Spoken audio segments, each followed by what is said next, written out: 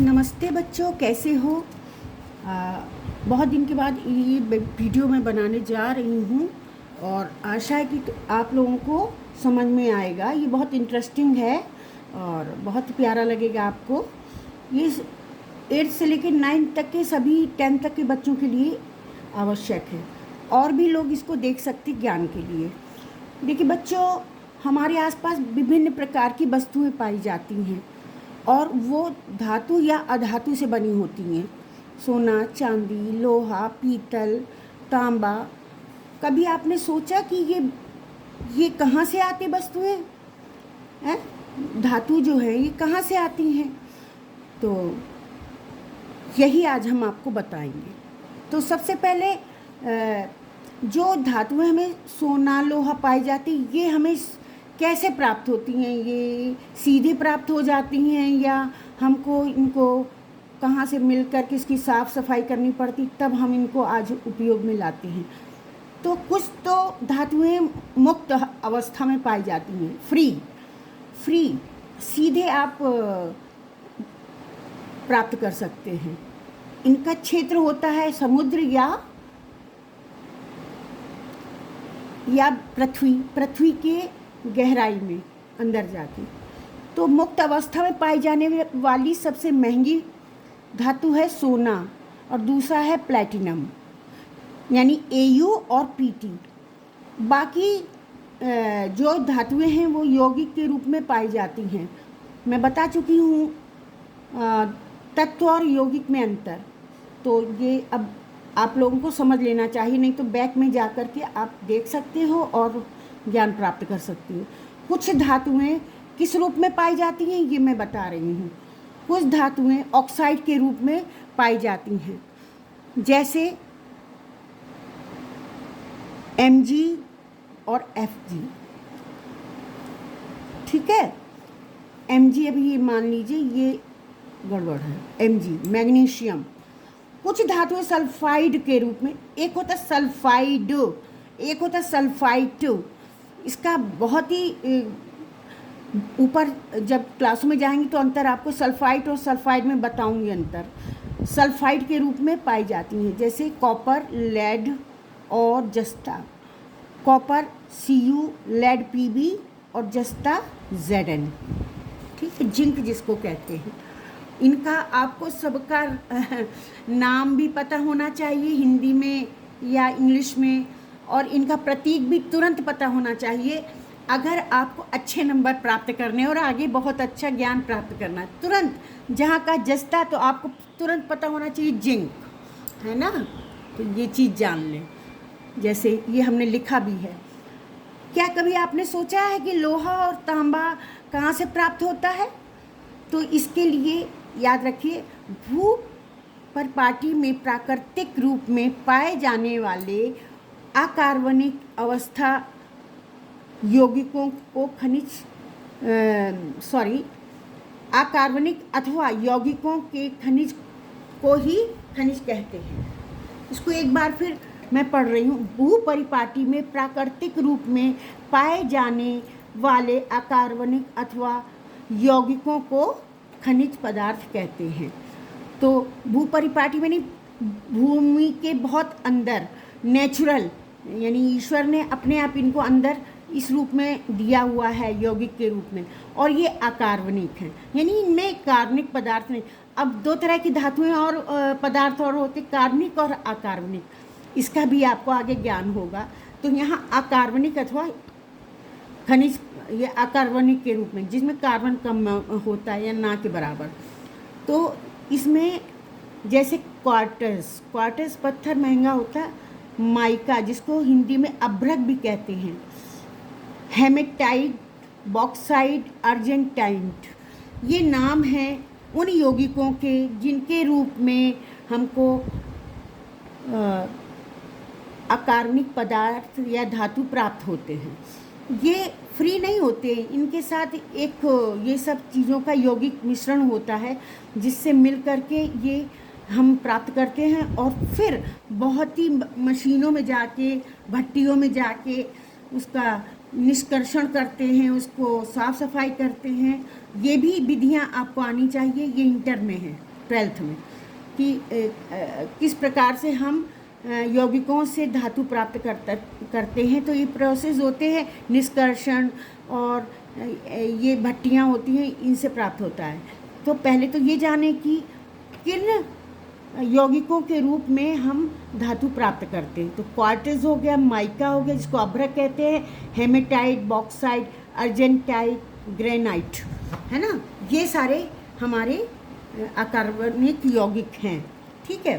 कुछ खनिज समुद्र में भी पाए जाते हैं, यू नो।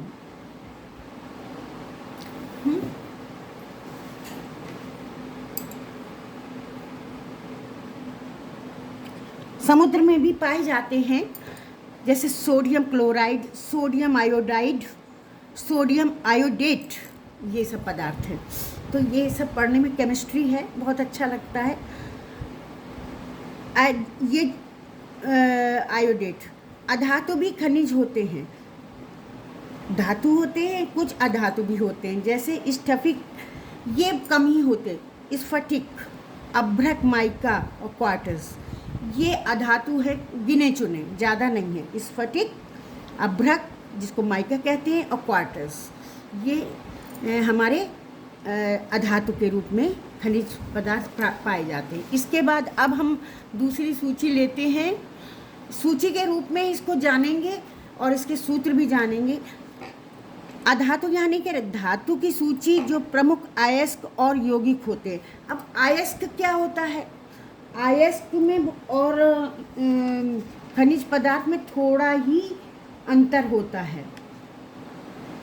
यदि खनिज में धातु की मात्रा अधिक होती है, देखो हमने तो जाके गहराई में प्राप्त कर लिया यौगिक, अब हमें ये देखना है कि इसमें धातु जो हमें निकालनी वो ज़्यादा है कि कम है।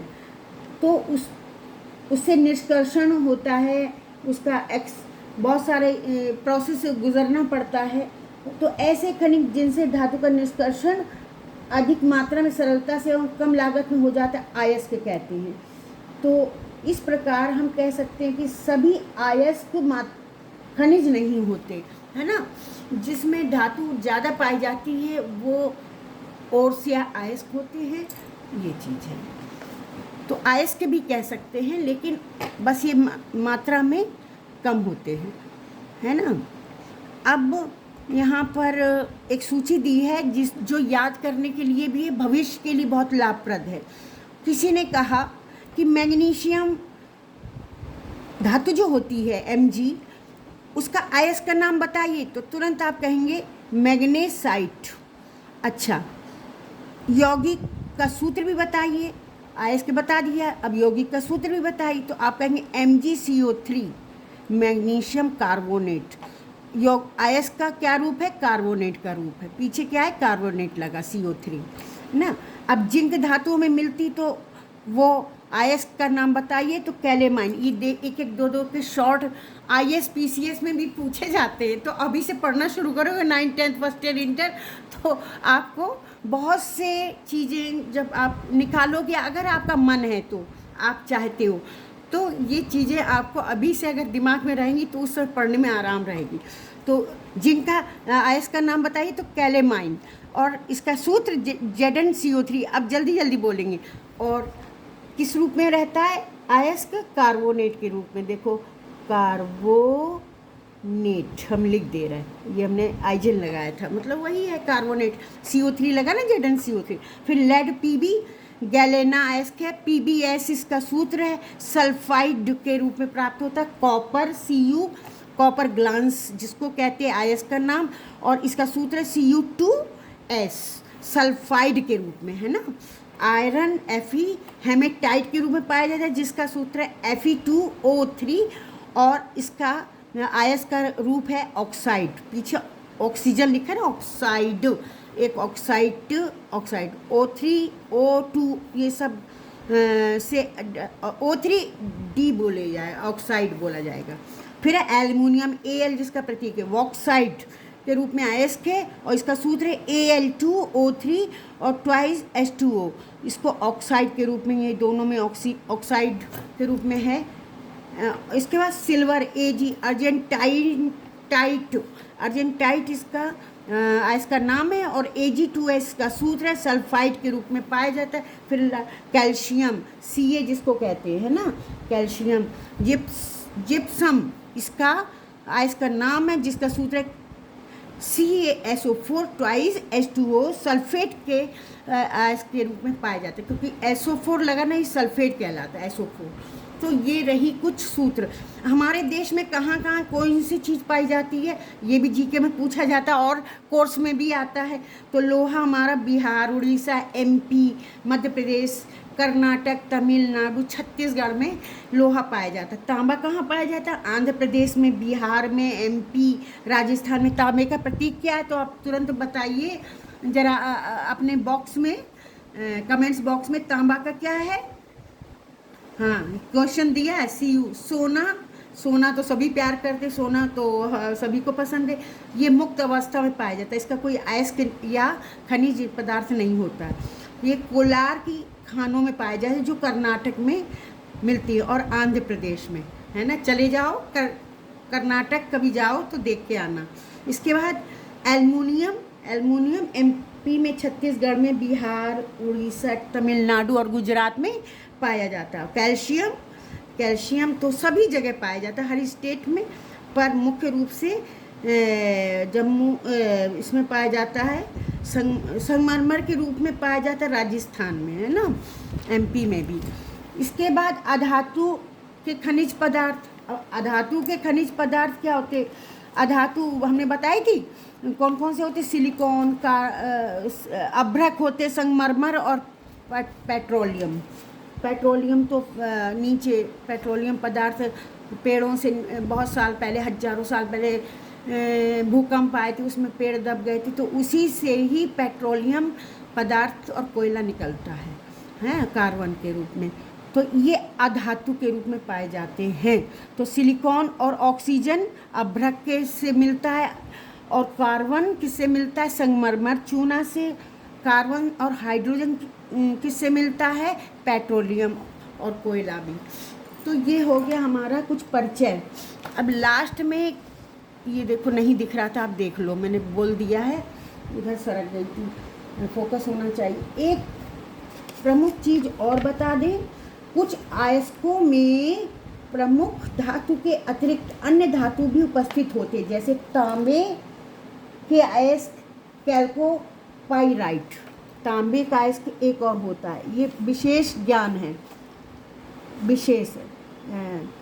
ये है तांबा का अयस्क, तांबा का अयस्क, इसको कहते हैं हिंदी में कैल्कोपाइराइट। कैल्कोला है,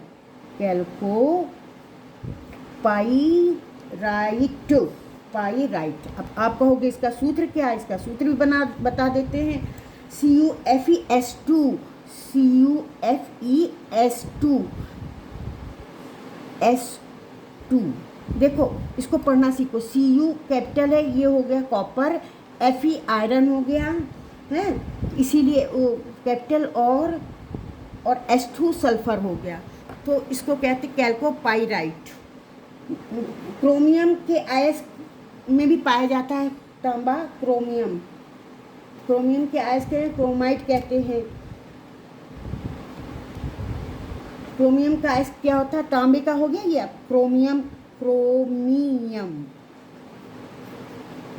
क्रोमियम का प्रतीक जानते हो क्या? Cr होता है, Cr, है ना, देखना।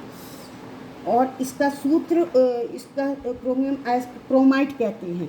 इसका सूत्र पहले लिख दें, FeCr2O4, FeCr, दोबारा लिखें, FeCr, C कैपिटल है, क्रोमियम है ना, Cr2 और O4। इसका मतलब जानते हो क्या हुआ? Fe का 1 है, Cr के, क्रोमियम के 2 है, ऑक्सीजन के 4 अणु हैं, और इसको कहते हैं क्रोमाइट। ठीक है, ये याद रखना। 1 हो गया, 2 हो गया, तीसरा एक और है, तीसरा है टाइटेनियम, क्रोमियम क्या हो गया, टाइटेनियम एक बहुत TI जिसको कहते हैं टाइटेनियम, ये याद कर लोगे तो भविष्य में बहुत ही रहेगा। और सब दोस्तों को बताओ, सब लोग कहेंगे अरे तुम्हें तो इतना ज्ञान है। तो टाइटेनियम का प्रतीक होता है T, कैपिटल TI, टाइटेनियम।